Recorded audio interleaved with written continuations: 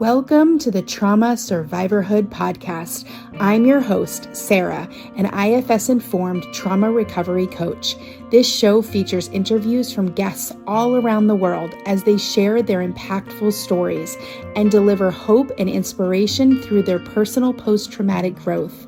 We explore and discuss resources and coping strategies to support the survivor community to thrive in their own healing journeys.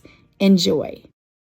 Welcome back to the Trauma Survivorhood podcast. I am your host, Sarah, and I have with me our special guest today, Carter McNamara. Carter grew up in a family afflicted by his mother's long-term alcoholism and drug addiction. His father died before he was born, and he was the youngest of 4 children. The older siblings dealt with his mother's physical and emotional abuse by moving out. His older siblings all left the house by the time Carter was 12. At a very young age, he had watched enough of what his mother had done to each of his siblings, so he learned how to deal with his mother by fighting back. He dealt with her rages by raging right back at her.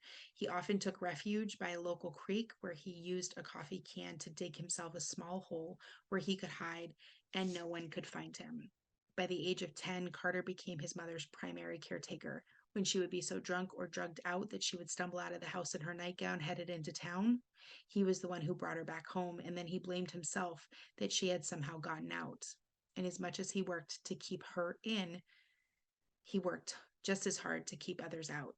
He feared that if others found out about his situation, he would get put into the Job Corps or in jail. He admits that he did try to kill her a couple of times. Finally, when he was 15, his mother got committed to the state hospital for the umpteenth time, and his oldest sister agreed to take him in.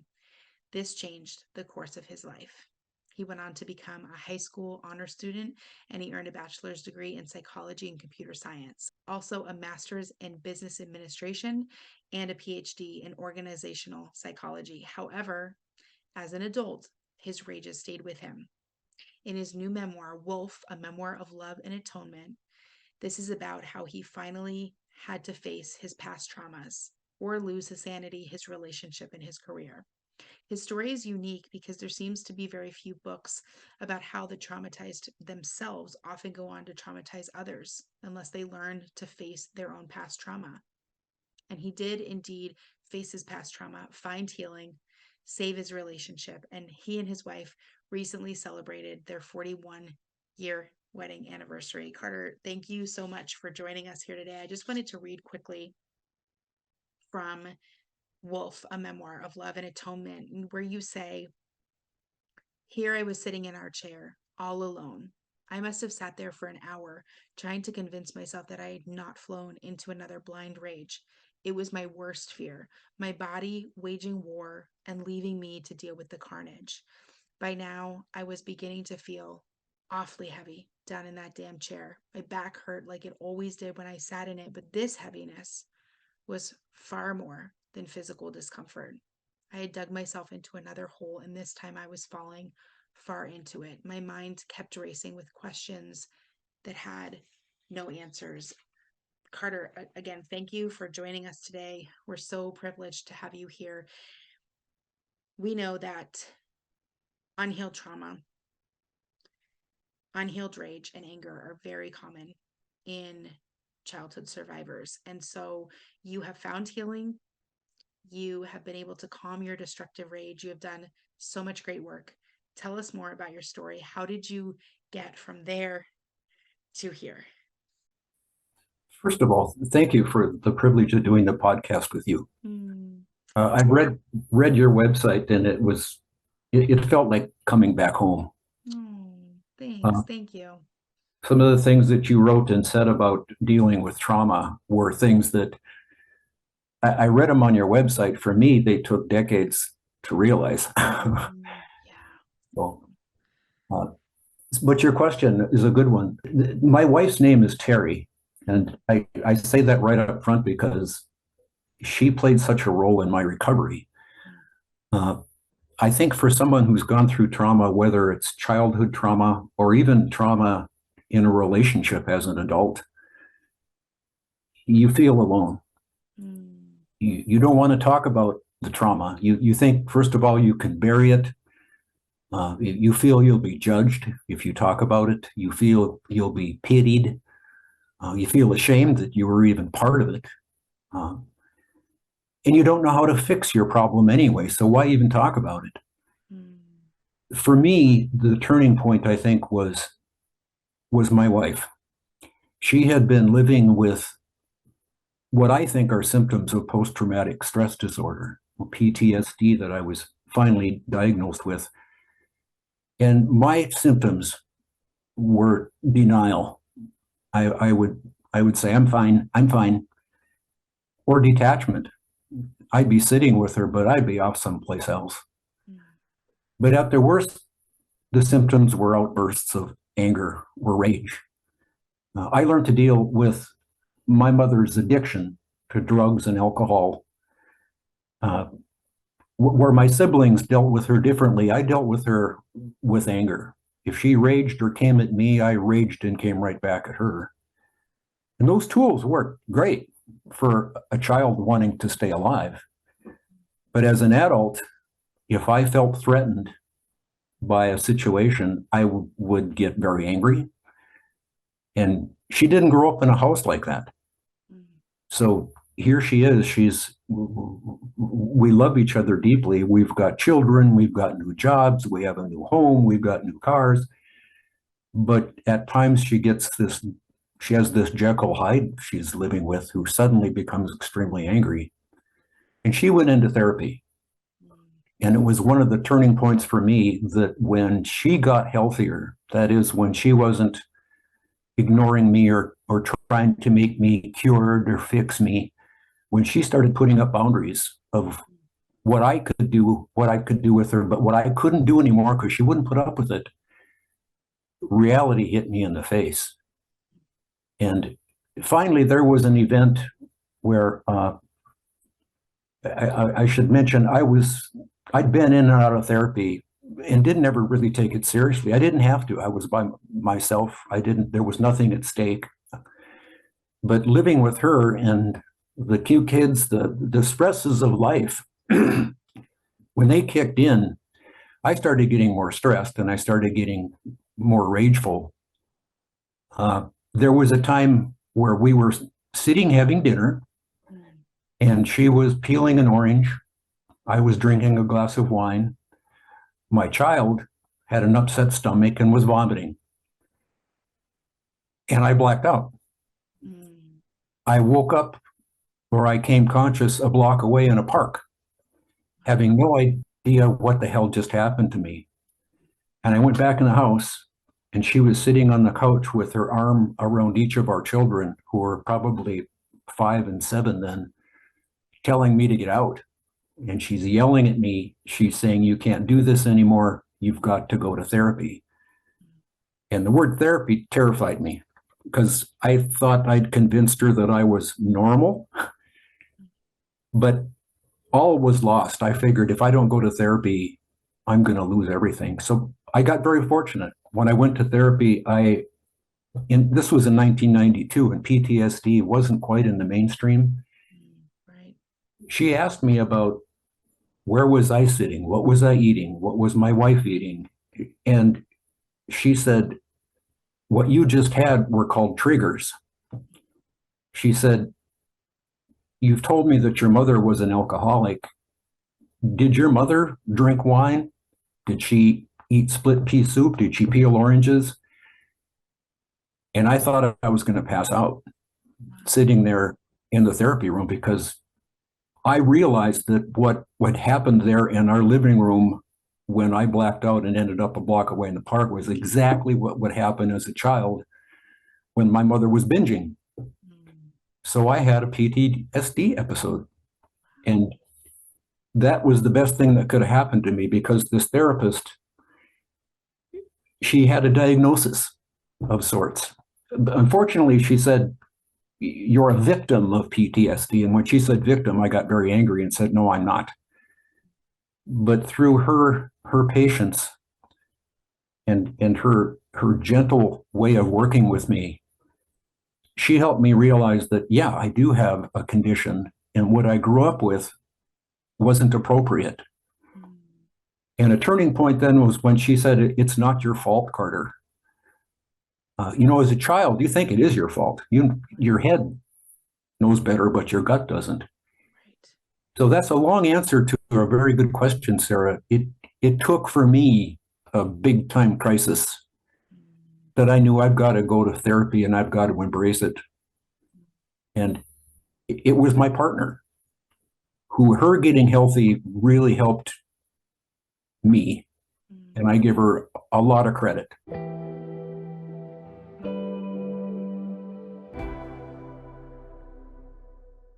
I heard you when you said, in the beginning with therapy, there wasn't anything at risk. There was nothing at stake.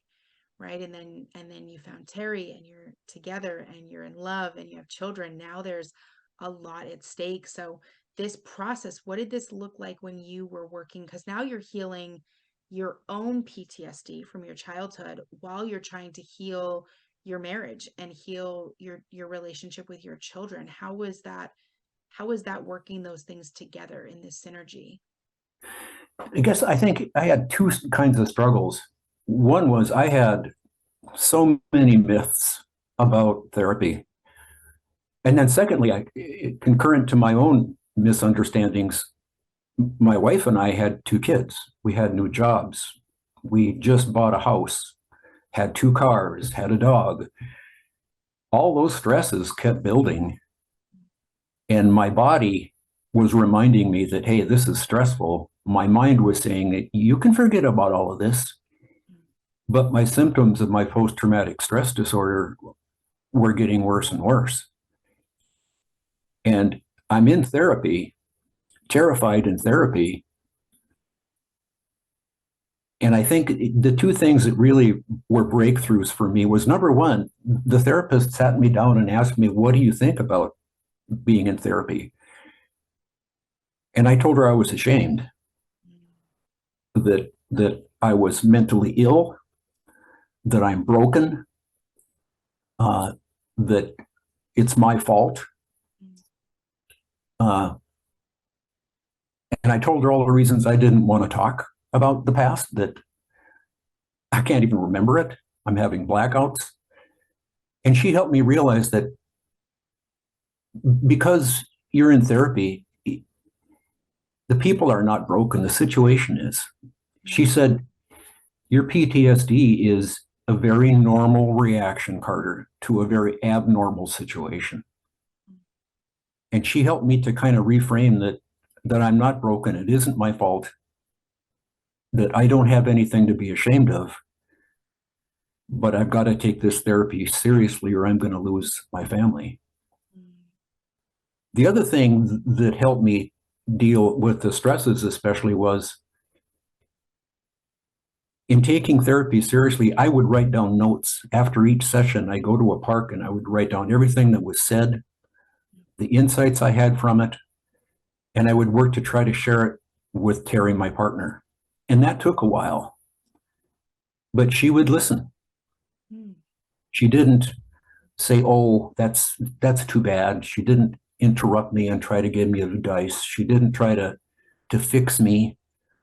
She never interrupted me and said, well, I know somebody who had it just as bad. Because of the way she listened to me, I think our relationship grew. It became where I thought we were really honest with each other. We became completely authentic. I was able to accept myself and feel accepted. I'd never really grown up with unconditional love. Once I felt it, I had this great big safety net, Sarah.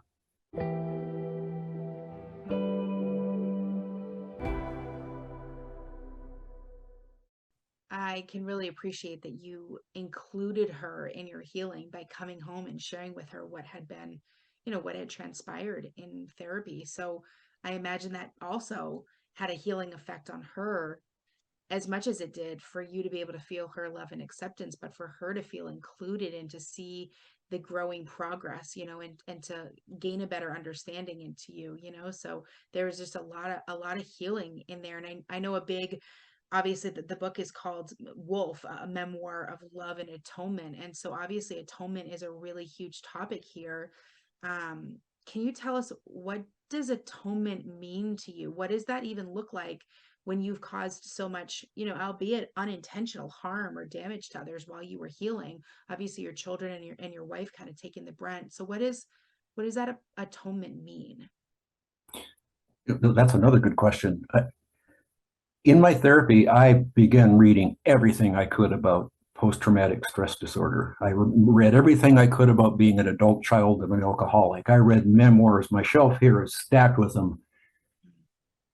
What I wasn't encountering was, what do you do when you're going through therapy and you realize that in not facing your past, you yourself caused a lot of trauma in your immediate family? And I think it came to me because I'd grown up feeling guilt about being Carter. They say that guilt is feeling bad about an event, and shame is feeling bad about yourself. Right. Shame is guilt that you're even alive. Guilt was a natural emotion for me, and I knew when I was even nearing the end of my therapy, which included one-on-one therapy and then group therapy. I'm not a veteran, but I was in a group of veterans. They started talking about how bad they felt about what they'd done to their wives and their kids. And when they would say that, I would feel like I just stepped into a cold shower. Wow. And I knew something was really wrong. It kept haunting me. And I think I was telling my wife about this, and I just found myself crying. I was sobbing, and I just kept saying, I'm sorry, I'm sorry. And she kept saying, it's not your fault. As the therapist had said, your childhood is not your fault. The trauma you went through is not your fault. I kept saying, yes, it is. And it hit me. I was sitting at a kitchen table, and it hit me. My children grew up with me raging at them at times. And I didn't want to expire in this life taking that with me, the guilt of all of that. And so I knew I needed to tell my kids, I needed to convey to my kids that I love them and I respect them enough to tell them the truth. I need to respect them enough to know that they knew I was hiding something from them. I'll tell you just a quick side story. It's the thing that made me start writing the book. My daughter and I go up on a retreat every winter to the northern woods in Minnesota, and we use the time to reflect on the past year and what's in the coming year. And she was a new young mother talking about raising children and wanting to be a good parent. And kind of in an offhand way, she said, well, I hope that nothing so painful happens that I can't still tell them the truth. And then she said, my brother and I, and this is my daughter talking about my son, her brother, she said, we both knew we should never ask you about your childhood. And then she went on talking. And I could feel my face get hot, red hot. I was really angry. And I was angry because she confronted me with that. But she was telling the truth. For 18 years, 19 years, they lived in this house. They never asked me about my childhood. And in my therapy, when I realized they'd grown up with half of a dad, I realized again, I don't want them to live a lie like I grew up with my mother, who was never telling the truth. So I actually, in baby boomer fashion, I went out and started researching, how do you say I'm sorry? How do I atone for what it is that I did to my family? And I realized it's not as easy as just saying sorry. Right. It's that you need to think about what you did to that person. How did they probably feel when you did it? What could you do to make amends to them? And then you can say, I'm sorry, and ask for forgiveness, but it's up to them. And so I sat down with, my wife, and then with my daughter, and then with my son, and went through kind of a procedure like that, saying to my daughter and my son, you grew up with a father who was flaming into rages and would never tell you why. And I told them, I have some reasons. They're not excuses, but I had some reasons. And here's some of the things I grew up with my mother. And again, this is telling them for the first time after 30 years. And what Oprah Winfrey says, if you forgive somebody, you're not doing it for them, you're doing it for yourself. Right. And she was spot on, because I felt like I had stepped into a cool shower on a hot day. Each of them, especially my daughter, said, I didn't know you went through that. And she was emotional. And she said, there's two kinds of forgiveness. And I put this in my memoir, The Wolf Book. She said, there's intellectual forgiveness, there's forgiveness on an emotional level. And she said, the kind of man, the kind of father, no, I'm going to get emotional myself. She said, the kind of father that you turned out to be, I forgive you. She said, the kind of situation you went through, I forgive you. But she thanked me for telling her some of my background. My son did not forgive me. He was much more sensitive than my daughter, and I think he still carries some of the same feelings and symptoms, Sarah, that I did about my mother. But the atonement also carried into, and here's where some people might think the book is bizarre, or therapists might even question me, but my mother died when I was in my early 20s, and for the next 40 years, whenever I made a mistake as an adult, I would never blame myself. I would just say privately to myself, well, I grew up in a terrible childhood, and it's not my fault because I had a terrible mother. I would think that. 40 years after she was dead, I was still scapegoating her. My therapy had several breakthroughs for me, one of which was to realize my mother she was an addict. She was a human being who was a drug addict and an alcoholic, but she was a human being. And it's cliche to say that she was not perfect. That's not the point. Is she was struggling probably with pain that she had as a child. We've learned about something called epigenetics, where trauma can actually be inherited. Yeah, generational trauma, yeah. So she probably inherited her own issues, just like I inherited from her.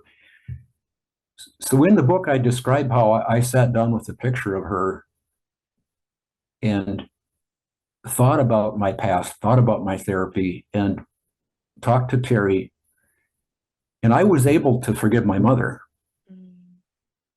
Now, I should add quickly, there's a lot of belief currently in the literature about recovery from trauma that you don't have to forgive your abuser. And I agree. Right. It just worked for me. I'm not saying it has to be in recovery for other people. Everybody's different that way. But you'd asked about the atonement. And for me, it was a key aspect of my recovery. I wish people would write about it more. The atonement that accounted a lot for me was atoning to my family. That, doggone it, I had reasons for my rages when they were little, but I didn't have excuses. So thank you. Thank you for mentioning that. Yeah, I'm hearing this idea of love with action, right? Like there is love there, and they're saying I'm sorry, but there's an action behind it, really coming for that actual atonement, which can really bridge the gap between relationships. So just think that's really beautiful that you took the time, to kind of explain that so that they could understand that better and understand you, and whether they accepted it or they didn't, whether they forgave or didn't, at least now they have this understanding, and there can be a compassion there, and yeah, it can really open up the heartstrings to kind of go, okay, so you're a human that went through a lot of stuff, and then that stuff made you do a lot of other stuff until you could find healing. Unhealed trauma is destructive. It can't be good. It can't be perfect. It can't be healthy. It's not going to yield great results all the time because it's unhealed, right?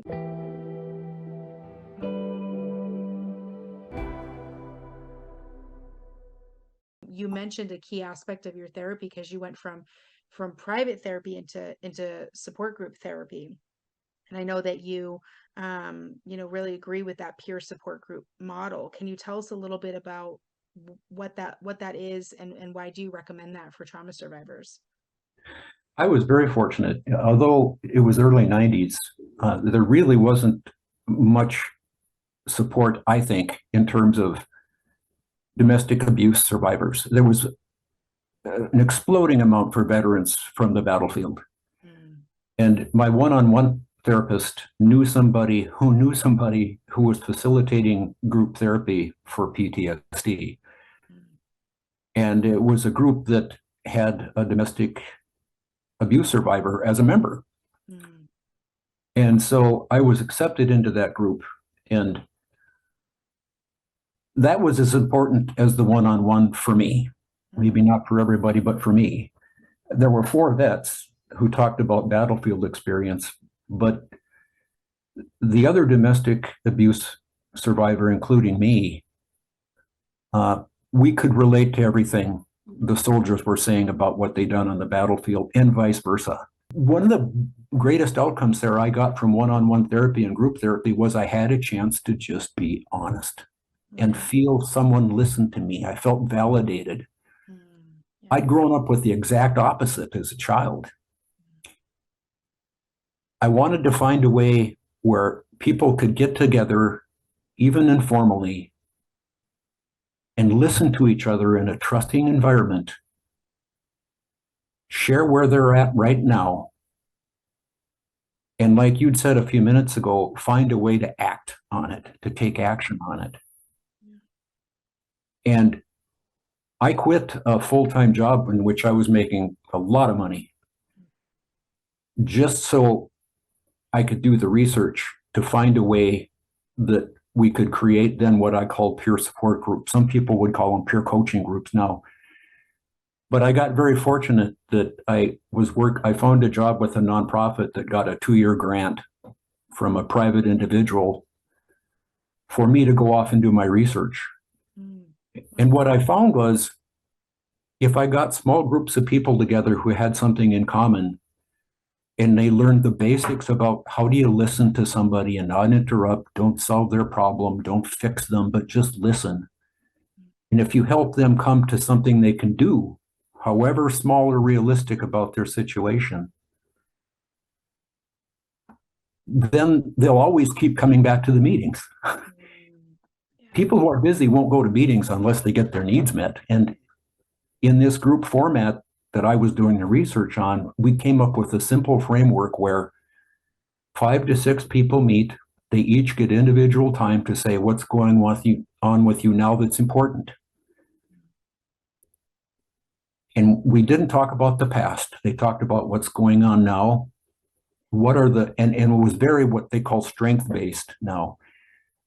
So they would talk about their hopes, their visions, their dreams. Mm, What is it that they want to end up doing? What would that look like?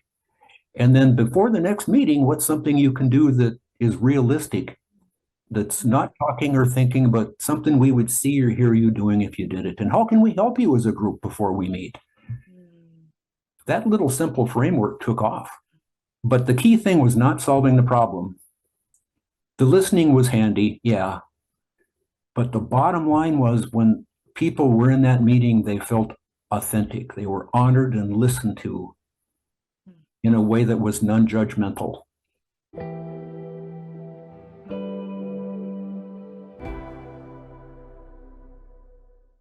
I know for your memoir, you told us a little bit about what your inspiration was in writing it, but who is this book actually for? Who should be out there reading this memoir? I wrote the book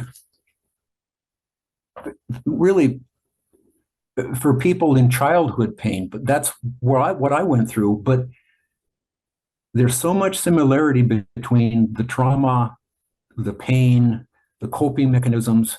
the therapy of an adult in a terrible relationship or a relationship that isn't thriving. Similarity to that as a helpless child who is living in a horror twilight zone. So I wrote the book for both. And I'm glad in the podcast that we've been able to make that clear. The book would be very useful to somebody in a relationship who wants it to be more honest. For somebody who wants to help their partner start to share, who wants to be there for their partner. And it's also how that traumatized adult partner can begin to talk. For me, I think people who haven't been in that situation struggle to understand, why don't people just start talking then? Oh my gosh, it's almost impossible to go back and share something that you've been through like that. The book is a perfect example of how. I'm not a trained therapist, but I've got a PhD in organizational psychology. I've got the head learning, sure. But as a child and as an adult, I had to go through finally opening up. It's one of the few books I've read that's a real life story, an inspirational story of how you can make a relationship better. So many books of love stories are about courtship, romance, death, or divorce. This is about a relationship that lasts. That's who I wrote it for. Marriage counselors, therapists, ministers. Yeah.